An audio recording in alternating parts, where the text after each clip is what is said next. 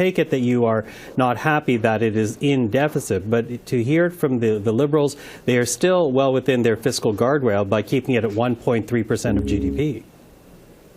Let's remember that Justin Trudeau has delivered 9 inflationary budgets after he had claimed that budgets balance themselves. And what did that give Canadians today?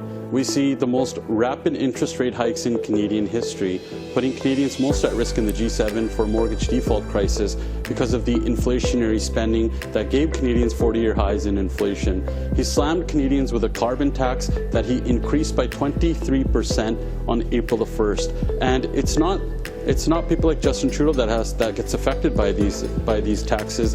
It's the middle class people, it's the moms, it's the seniors, it's the small business owners that are getting slammed and getting hurt by these changes.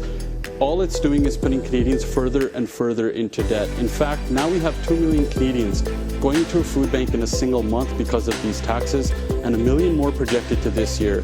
And it's sad to see that 1/3 of the people going to food banks today are children.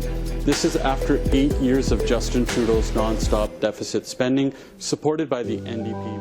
Because we believe $1 in the hands of those that earned it is much better than $1 in the hands of a politician or a bureaucrat that ends up taxing it and spending it. Well, and let me push back on that just a bit, though, and present to you the counter of that, because we have seen many players, whether they be provincial governments, municipal governments, or interest groups, calling on the government to actually get more involved and invest. And while it might be a different course than we would have taken as Conservatives, they are, for example, investing in housing, and that is welcomed by many provincial premiers as well as municipal leaders.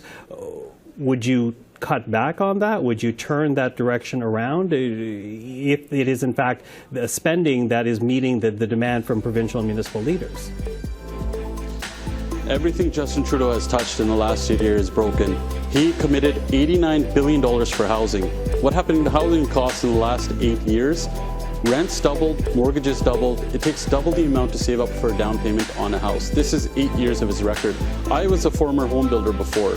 I don't remember meeting any other home builders that used to say, I hope there's more government involved in my business. One of the biggest reasons part of the funding, building, but part of the funding is reducing bureaucracy, which seems to be the course that builders are applauding right now, because that is happening at the provincial and municipal level, is it not? The proof is in the pudding. We're going to have less housing starts this year than when we were in the 1970s, when we had half the population.